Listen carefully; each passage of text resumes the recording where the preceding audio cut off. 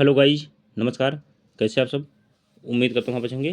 तो साथियों, इस वीडियो में हम कक्षा 10 सामाजिक विज्ञान यानी सोशल साइंस के प्रश्न के बारे में चर्चा करेंगे, क्योंकि इस प्रश्न कई बार एग्जाम में पूछे गए हैं और आगे हमेशा पूछे जाएंगे। तो मैंने इस प्रश्न को तैयार किया हूँ। अब इसको आपको अध्ययन करना बहुत आवश्यक है। ये प्रश्न आता है बार बार। अब इसके पहले हमने इसके पहले पार्ट 1 में विस्तार से जल संसाधन के बारे में चर्चा किया था। वीडियो पड़ा है, आप जाके देख लेंगे। तो साथियों, ये भूगोल के अंतर्गत आता है। भूगोल के अंतर्गत आएगा और इकाई 2 में आएगा। इकाई दो में भूगोल के अंतर्गत ये सब प्रश्न आएंगे। पाठ का नाम है जल संसाधन। देख सकते हैं ये बना हुआ झरना। इसमें अति लघु उत्तरी प्रश्न। अति लघु उत्तरी का मतलब बहुत छोटे में आपको आंसर देना है। चलिए हम अब शुरू करते हैं। तो प्लीज़ साथियों, जो हमारे भाई बहन चैनल पर पहली बार विजिट कर रहे हैं वो चैनल को सब्सक्राइब करके बेल आइकन घंटी प्रेस कर लेंगे और इस वीडियो को सभी लोग ज़्यादा से ज़्यादा लाइक करें, दोस्तों में शेयर करें और इस प्रश्न को आप लास्ट तक देखिए। मैं क्वेश्चन और आंसर दोनों आपको कराऊंगा। तो साथियों, क्योंकि बनाने में इसे बहुत टाइम लगा था, इसलिए आप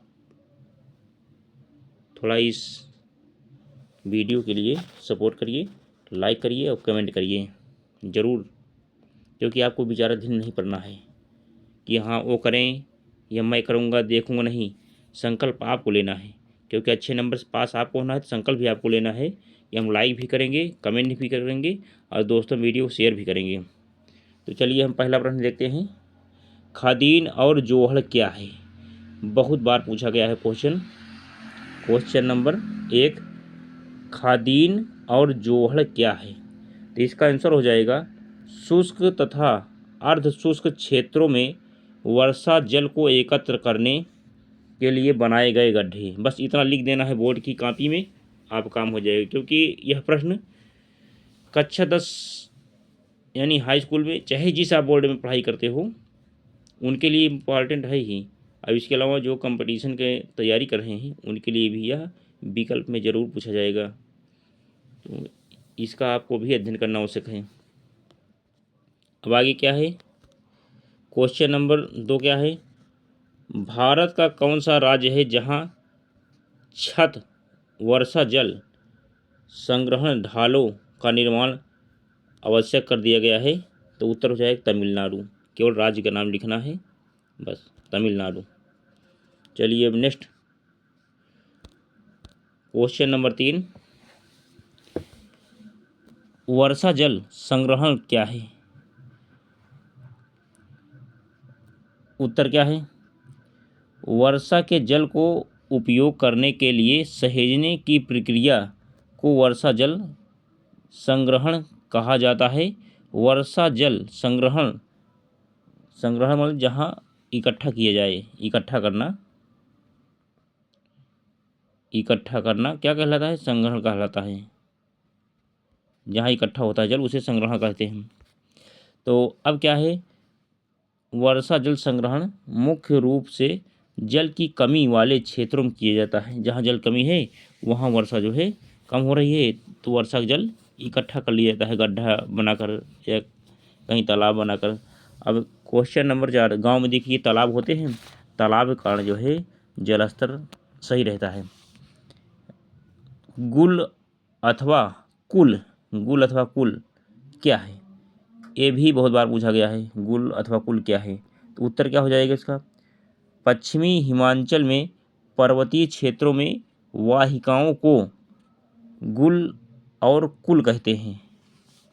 यानी वाहिकाओं को गुल अथवा कुल कहते हैं। क्वेश्चन नंबर 5 क्या है? जल दुर्लभता के 2 कारण लिखो। यानी कैसे जल दुर्लभ होता जा रहा है, कमी होती जा रही है, असंभव होता जा रहा है। दुर्लभ का मतलब असंभव होना। असंभव।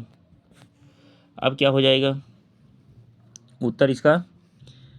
नंबर 1, बढ़ती जनसंख्या की बढ़ती आवश्यकताएं, पहला। और दूसरा है जल का असमान वितरण। यानी समान वितरण ना हो, उल्टा सीधा कर देना यानी ज़्यादा कम कर देना, तो वहाँ क्या होता है? असमान वितरण हो जाता है। हमको पता लगा कि 1 गिलास जल चाहिए, हमने 1 बाल्टी वहाँ पे दे दिया, तो इस तरह से जो है, ये हमको 1 ड्रम चाहिए, हमने 5 ड्रम खर्चा कर डाला, तो इस तरह से क्या है कि जल का उपयोग जो है असमान हो जाता है। और क्या कहते हैं, पता लगा लाइट है घर में और चला दिए, नल चल रहा है, नहीं, जल स्तर कम हो रहा है पानी के, जितनी आवश्यकता हो उतना ही नल चलाएं, उतना समरसेबुल चलाएं, तब जाके जो है जल स्तर सही रहेगा और लाइट भी बचेगी और उधर पानी भी, जल भी सही रहेगा, जल स्तर सही रहेगा। इस तरह से हम बचा सकते हैं पानी को। यानी आवश्यकता रहे तो हम चलाएं, आवश्यकता ना रहे तो हम क्या करेंगे, नल को बंद रखेंगे, पानी रहेगा ज़मीन के अंदर या जल स्तर सही रहेगा इससे। तो अब देखिए नेक्स्ट क्वेश्चन, भूमिगत जल किसे कहते हैं? ये भी कई बार क्वेश्चन आया है बोर्ड के एग्जाम में। भूमि के अंदर पाया जाने वाला जल भूमिगत जल कहलाता है। कुओं और ट्यूबवेलों से प्राप्त जल भूमिगत जल है। ट्यूबवेल और भूमिगत जल कुआं से। अब आगे नेक्स्ट क्वेश्चन नंबर 7, टिहरी बांध परियोजना किस राज्य में तथा किस नदी पर स्थित है? उत्तर क्या हो जाएगा? उत्तराखंड के भागीरथी नदी पर। उत्तराखंड में भागीरथी नदी पर। भागीरथी कहाँ है? उत्तराखंड में है भागीरथी नदी पर। क्वेश्चन नंबर 8, भारत के ऐसे क्षेत्र का उदाहरण दें जहाँ पर्याप्त मात्रा में वर्षा होती है फिर भी जल की कमी है। उत्तर क्या हो जाएगा? मेघालय की राजधानी शिलांग में। अब नेक्स्ट क्वेश्चन, जल संभर विकास क्या है? जल संभर विकास क्या है? उत्तर क्या हो जाएगा? जल के भंडारण की विधि में होने वाले विकास को जल संभर विकास कहते हैं। इसका उपयोग वर्षा जल संचयन में किया जाता है। क्वेश्चन नंबर 10 क्या है? सलाल परियोजना किस नदी पर तथा किस राज्य में स्थित है? उत्तर हो जाएगा इसका जम्मू व कश्मीर चेनाब नदी पर सलाल परियोजना स्थित है। क्वेश्चन नंबर 11, विश्व में कुल जल के आयतन का मनुष्य के उपयोग के लायक कितना जल है? देखो, विश्व में कुल जल के आयतन का मनुष्य के उपयोग के लायक कितना जल है? तो उत्तर क्या हो जाएगा? 2.5%।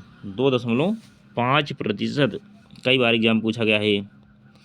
अब आगे क्या है? लघु उत्तरी प्रश्न। लघु उत्तरी का मतलब है कि थोड़ा और, इससे थोड़ा और ज़्यादा।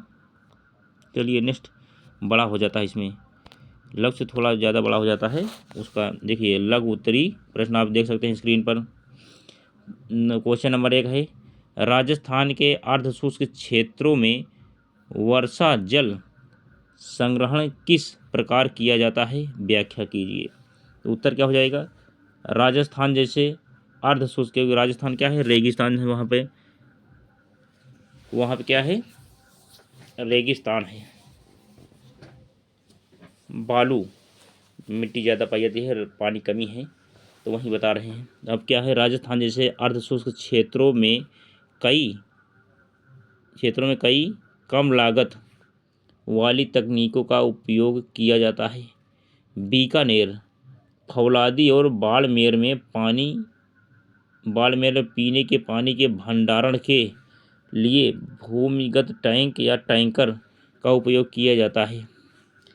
इन्हें एक पाइप के माध्यम से घरों की ढलान वाली छतों से जोड़ा जाता है। टैंक में वर्षा का जल 3 से 5 वर्ष तक संग्रहित रहता है। चलिए अब यहाँ तक स्क्रीनशॉट ले लीजिए इसका साथियों। नंबर 2, बहुउद्देशीय नदी घाटी परियोजना क्या है? प्रश्न है। उसके बाद बहुउद्देशीय नदी घाटी परियोजना के लक्ष्य उद्देश्य बताएं। चलिए अब इसका आंसर क्या होगा? नदी पर बांध बनाकर इससे अनेक प्रकार के उद्देश्यों को पूरा करना बहुउद्देशीय नदी घाटी परियोजना कहलाता है। अब उद्देश्य क्या है? नेक्स्ट, उद्देश्य क्या है? जल विद्युत उत्पादन होता है, इससे सिंचाई होती है, घरेलू व औद्योगिक जल आपूर्ति होती है, नौचालन व पर्यटन, बाढ़ नियंत्रण, मछली पालन। साथियों आप लोग अगर इतना लिख दिए तो एग्जामिनर खुश होकर आपको बहुत बढ़िया नंबर दे देगा। ये पूछा जाता है और इस बार आएगा भी, चाहे देख लेना, हर बार पूछा जा रहा है।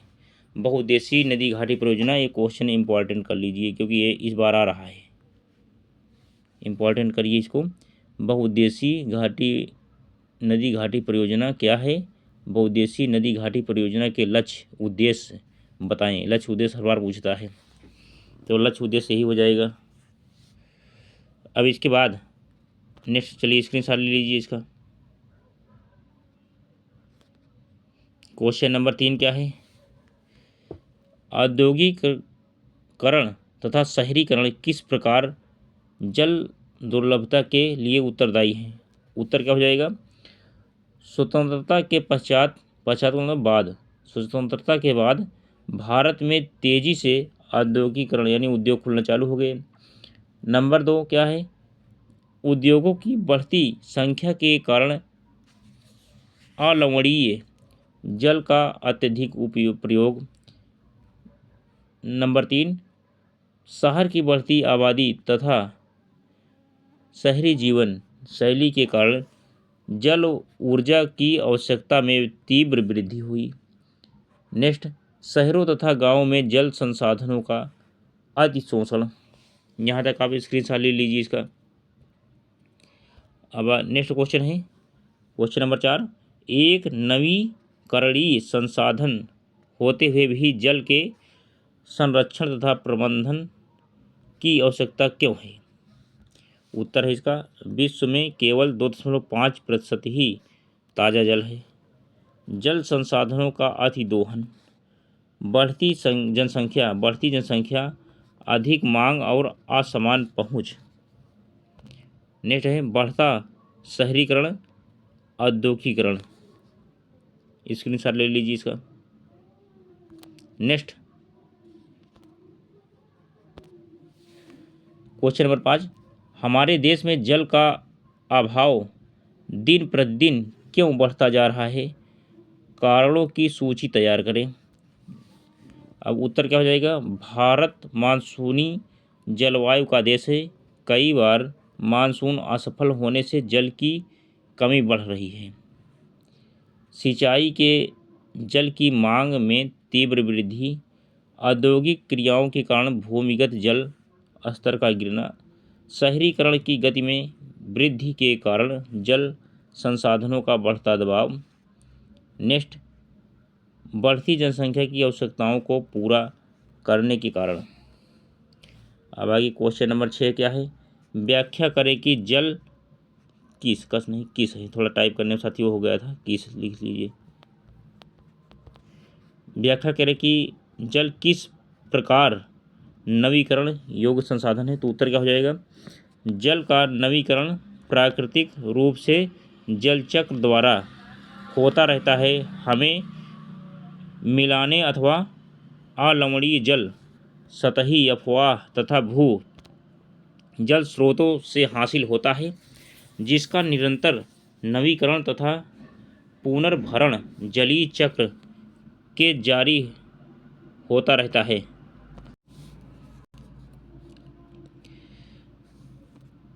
सूर्य की गर्मी से वाष्पीकरण, सूर्य की गर्मी से वाष्पीकरण की क्रिया द्वारा जल वाष्प संघनित होकर बादलों के रूप में, चलिए यहाँ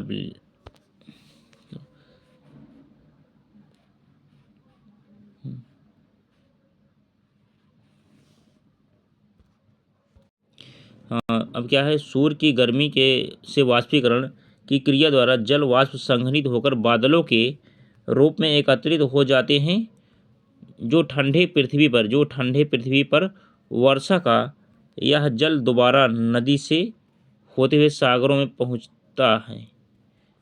पहुंचाता है और दोबारा जल वाष्प के रूप में संघनित होने लगता है। इसे थोड़ा टाइप होने में होगा, इसे जल चक्र लगातार गतिशील रहता है। साथियों, जो सागर में पहुंच जाता है जल, वो क्या होता है, धूप से फिर उड़ता है, उड़ करके आसमान में बादल में चला जाता है, वही जल फिर वर्षा के रूप में हमें प्राप्त होता है। इसलिए हमें वर्षा के जल को नदी तालाबों में इकट्ठा, तालाब में ज़्यादा करके, गांव में जल स्तर, नदी के जल तो बहता है, तालाब में जल इकट्ठा रहता है, तो उससे जो है ग्रामीण जीवन के लिए जल सुविधा उपलब्ध होती है। अब इसके बाद क्वेश्चन नंबर 7 क्या है, परंपरागत वर्षा जल संग्रहण की पद्धतियों को आधुनिक काल में अपनाकर जल संरक्षण एवं भंडारण किस प्रकार किया जा रहा है, इसके बारे में आपको बताना है। ये भी क्वेश्चन कई बार पूछा गया है। चलिए स्क्रीनशॉट लीजिए इसका।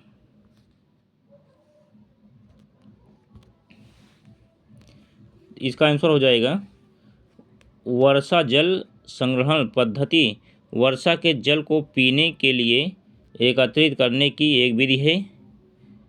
ज़्यादा आबादी वाले नगरों जहां पीने योग्य पानी की कमी होती है, ये पद्धति अपनाई जा सकती है। इसका प्रारूप इस प्रकार है। नंबर 1, पानी को साफ करने के लिए तीन स्तरीय छनन प्रक्रिया का इस्तेमाल किया जा सकता है। नंबर 2, पाइप की मदद से जल को टैंक तक ले जाया जाता है।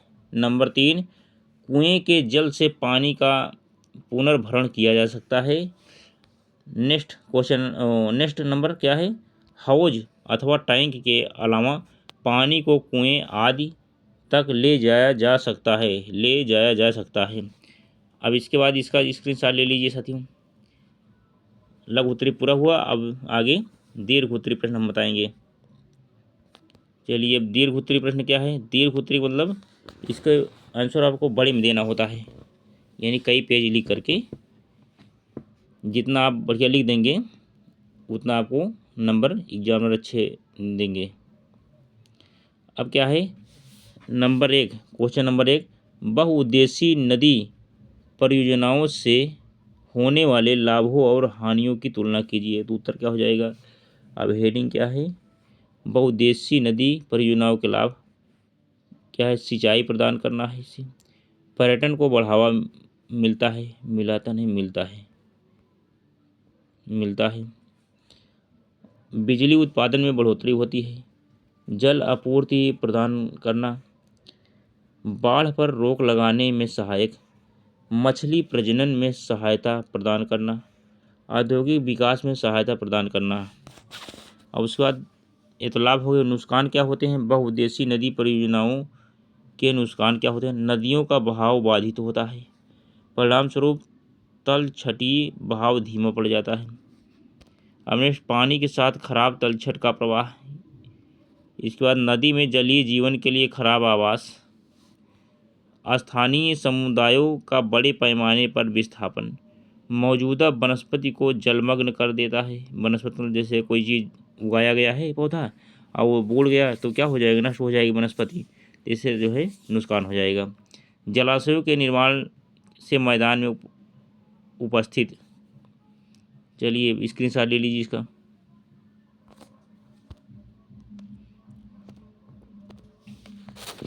जलाशयों के निर्माण से मैदान में उपस्थित वनस्पति व मिट्टी जल में डूबकर अपघटित हो जाती है।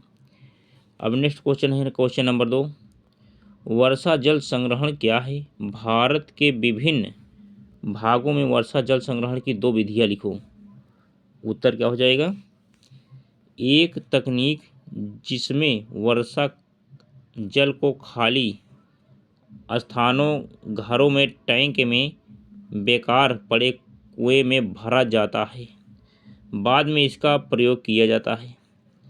अब नेक्स्ट क्या है, पर्वतीय क्षेत्रों में गुल तथा कुल जैसी वाहिकाओं से नदी की धारा का रास्ता बदलकर खेतों की सिंचाई। अब इसके बाद आगे क्या हो जाएगा, राजस्थान में पीने का जल एकत्रित करने के लिए छत वर्षा जल संग्रहण आम तकनीक है। नेक्स्ट, पश्चिम बंगाल में बाढ़ के दौरान बाढ़ जल वाहिकाएं बनाते हैं। नेक्स्ट, शुष्क तथा अर्ध शुष्क क्षेत्रों में वर्षा जल एकत्रित करने के लिए गड्ढों का निर्माण। चलिए यहाँ तक स्क्रीनशॉट लीजिए साथियों। नेक्स्ट क्वेश्चन, अब नेक्स्ट क्वेश्चन है क्वेश्चन नंबर 3, देख सकते हैं साथियों। जल दुर्लभता क्या है, इसके कारणों का संक्षिप्त वर्णन करें। ये भी प्रश्न कई बार पूछा गया है, तो उत्तर क्या हो जाएगा, जल दुर्लभता, कई क्षेत्रों में पानी की कमी है, इसे जल दुर्लभता कहा जाता है। राजस्थान में महिलाओं को मटका संतुलित कर पीने का पानी लाने के लिए लंबी दूरी तय करनी पड़ती है। स्वीडिश विशेषज्ञ फाल्कन मार्क के अनुसार पानी की कमी तब होती है जब पानी की उपलब्धता प्रति व्यक्ति प्रतिदिन 1000 घन मीटर से कम होती है। कारण क्या है, कम वर्षा के कारण पानी की कमी हो जाती है। सूखा क्षेत्रों में पानी की कमी होती है। मौसमी वर्षा में भिन्नता, जल का अत्यधिक दोहन, पानी का अत्यधिक उपयोग, पानी तक असमान पहुँच, बढ़ती जनसंख्या के कारण भारी मांग, ये कारण होते हैं साथियों। तो ये वीडियो हुआ पूरा, अब ये प्रश्न हुए पूरे, क्योंकि इससे बाहर आपके पेपर में नहीं पूछता, सब इसी के अंतर्गत पूछे जाएंगे। यदि आप इतना तैयार कर लेते हैं तो यकीन मानिए कि आप बहुत अच्छे नंबर से पास हो जाएंगे साथियों। और प्लीज़ जो हमारे भाई बहन चैनल पर पहली बार विजिट किए हों, वो चैनल को सब्सक्राइब करके बेल आइकन घंटी प्रेस कर लेंगे, और इस वीडियो को सभी लोग लाइक करें, दोस्तों में शेयर करें। चलिए ये वीडियो हो पूरा, मैं अपनी वाणी को विराम देता हूँ। अब इसके बाद जो MCQ क्वेश्चन है उसके लिए हम नेक्स्ट वीडियो जल्द ही प्रोवाइड कराएंगे। तब तक के लिए जय हिंद, जय भारत, वंदे मातरम।